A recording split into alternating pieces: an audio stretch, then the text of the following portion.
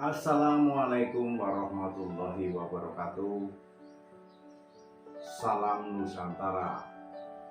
Berjumpa kembali dengan channel Sospol, channel yang membahas tentang kegiatan sosial dan peristiwa politik di Indonesia.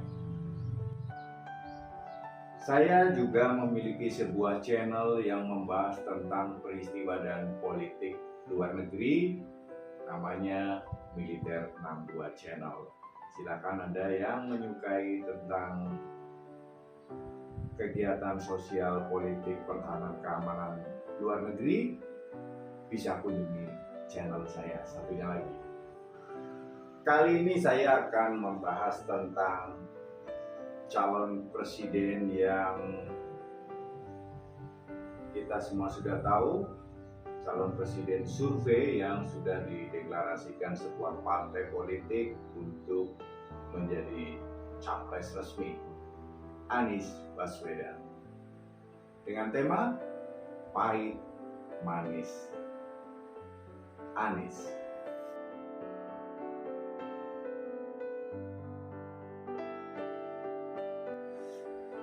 Kita kupas sejenak tentang latar belakang atau masa lalu Anies Baswedan yang biasanya juga mempengaruhi sikap dan perilaku saat ini. Dalam sebuah biografi yang cukup banyak diketahui orang, bahwa Anies besar dan memperoleh pendidikan dasar, menengah hingga atas di Yogyakarta, meskipun beliau lahir di Kuningan, Jawa Barat. Lingkungan inilah yang kemungkinan membentuk karakter ataupun watak Anies yang cukup bisa mengendalikan emosi, berperilaku tenang, santun ya, meskipun dari beberapa situasi dan tekanan yang kita lihat selama ini cukup keras. Kemudian Anies Baswedan melanjutkan kuliah di Universitas Gadjah Mada yang juga di Yogyakarta, dan juga meneruskan S2 dan S3-nya di Amerika Serikat. Dari latar belakang pendidikan ataupun akademis, kita pun tahu bahwa ayah beliau adalah seorang wakil direktur Universitas Islam, kemudian ibu beliau adalah seorang guru besar Universitas Negeri Yogyakarta.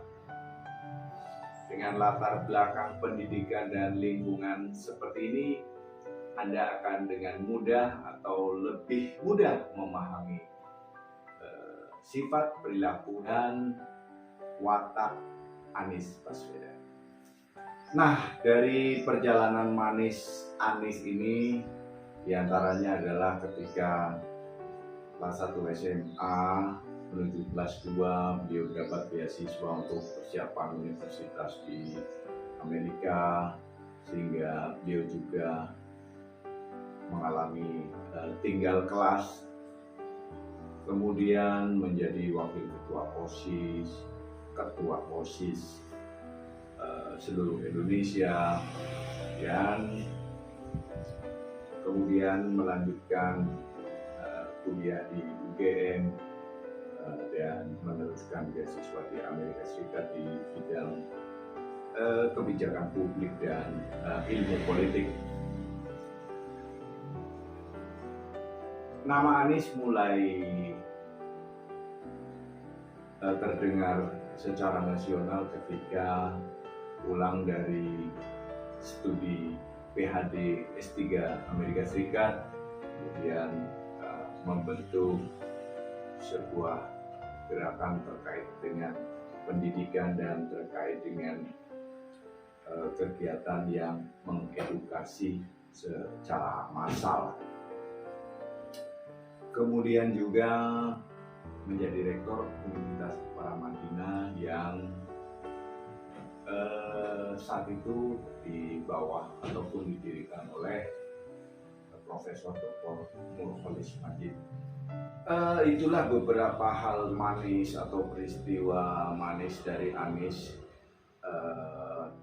Ada juga dari sisi yang cukup pahit, yaitu ketika Anies Baswedan mencoba mengikuti konvensi calon presiden Partai Demokrat dan beliau berhasil.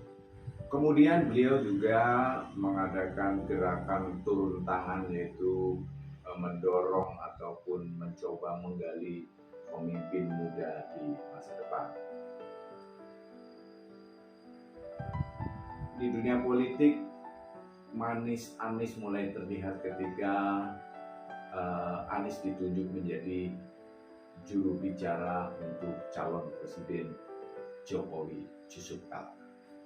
Dengan menjadi juru bicara untuk pasangan Jokowi Yusuf Kala, yang kemudian kita ketahui pasangan ini menang, karir politik manis mulai mendekati Anies, itu menjadi bagian dari transisi kabinet, dan yang kemudian juga pada akhirnya Anies diangkat menjadi Mendikbud yang nampaknya mendekati cita-citanya di dunia pendidikan, akademi, dan idealismenya dia untuk lebih luas mengajar atau mengedukasi secara nasional melalui kebijakan menteri.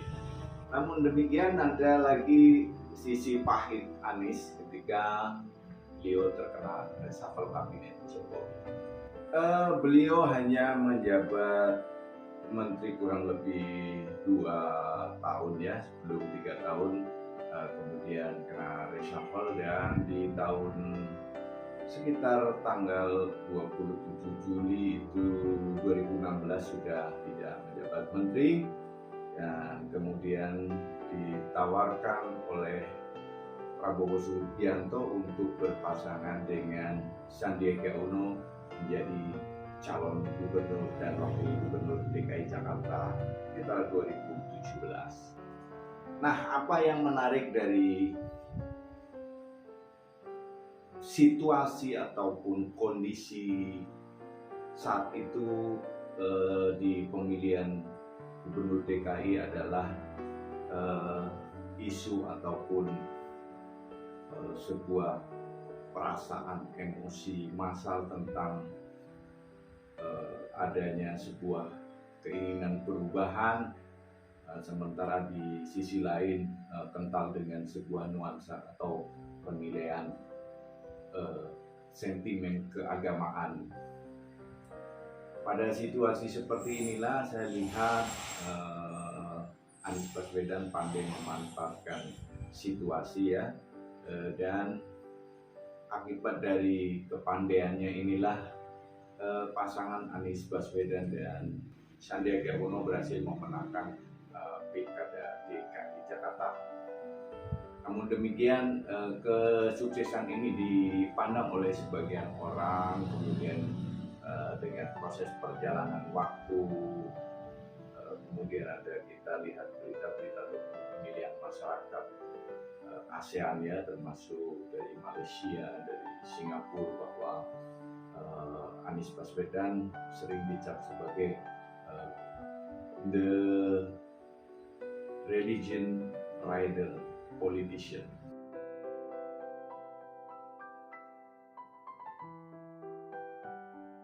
Artinya adalah politisi yang menunggangi isu agama. Terlepas dari itu semua, Anda masyarakat Indonesia ataupun warga DKI khususnya yang paling berhak untuk menilai tentang keberhasilan Anies yang manis, sekaligus ada beberapa yang tidak berhasil alias pahit. Jadi pahit manis Anies, Andalah yang menentukan, Andalah yang menilai, dan itu hak Anda. Pro kontra terhadap pemilihan gubernur DKI saat itu Anies Baswedan Sandiaga Uno yang mengalahkan pasangan Ahok Jarot ya, melahirkan sebuah dua kubu atau dua kutub yang kemudian dikenal dengan cebong kampret ya. Dua kutub inilah yang kemudian mengkhawatirkan banyak pihak, bukan hanya di dalam negeri namun juga masyarakat internasional. Masyarakat internasional mungkin akan merasa Indonesia secara demokrasi lebih maju, lebih plural, namun kenyataannya masih berlaku sentimen-sentimen keagamaan. Bagi sebagian orang mungkin ini sebuah anomali ataupun ambigu terkait dengan Anies, karena dari sisi akademi, dari sisi pendidikan latar belakang, Anies adalah dari keluarga terdidik, kemudian juga dari sisi pergaulan internasional, dari sisi Paramadina adalah sebuah lembaga yang ditujukan untuk bersifat modern, inklusif, terbuka, sebagaimana ajaran Profesor Nurholis Majid yang notabene adalah yang mengangkat Anies, yang kemudian juga tentunya Anies merepresentasikan latar belakang pendidikan dunianya ataupun para gurunya, yaitu inklusif, modern, dan terbuka. Namun kenyataan di dunia politik berbanding terbalik, khususnya dalam pemilihan Gubernur DKI Jakarta 2017.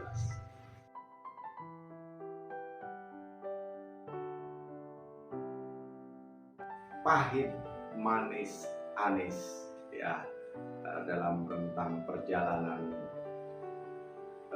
karir akademis dan politik senantiasa terjadi, dan itu hal yang lumrah saja ya.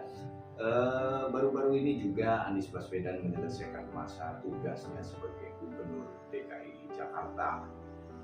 Beberapa catatan manis juga tertoreh terkait dengan stabilitas pemerintah daerah, kemudian suasana yang lebih bersifat kekeluargaan, beberapa program pendidikan kesehatan juga dinilai cukup sukses.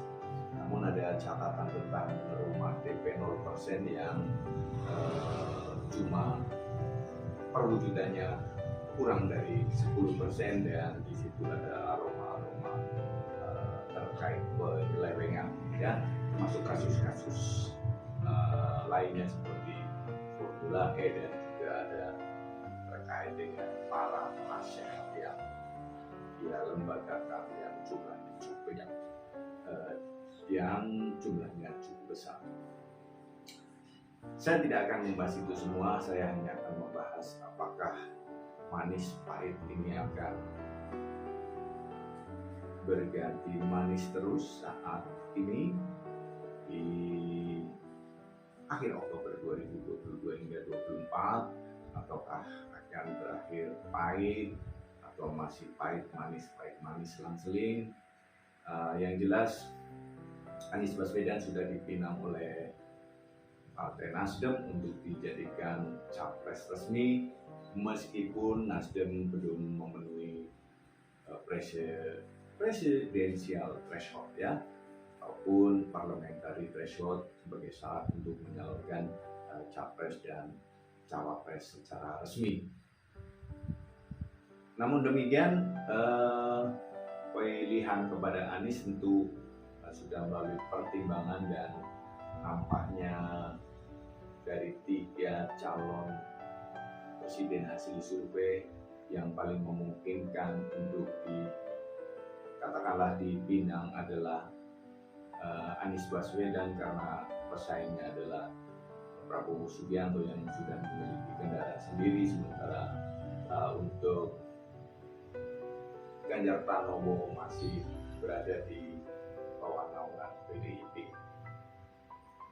Namun demikian, tak hayal kekhawatiran antara cebong kampret dan kadrun PS Pusher itu akan meruncing dan politik identitas akan muncul kembali di tahun 2024. Saya pribadi menilai bahwa partai politik ataupun Anies tidak akan terlalu memperhatikan ataupun tidak terlalu khawatir tentang politik identitas.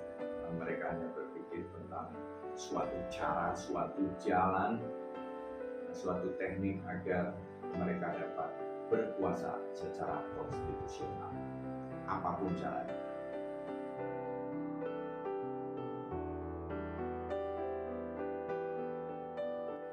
Demikian pembahasan pahit manis Anies dari Sospol Channel. Jangan lupa like, subscribe, dan pencet tombol loncengnya karena semua itu gratis. Saya akan tampil di episode berikutnya dengan pokok bahasa politik lainnya yang lebih menarik.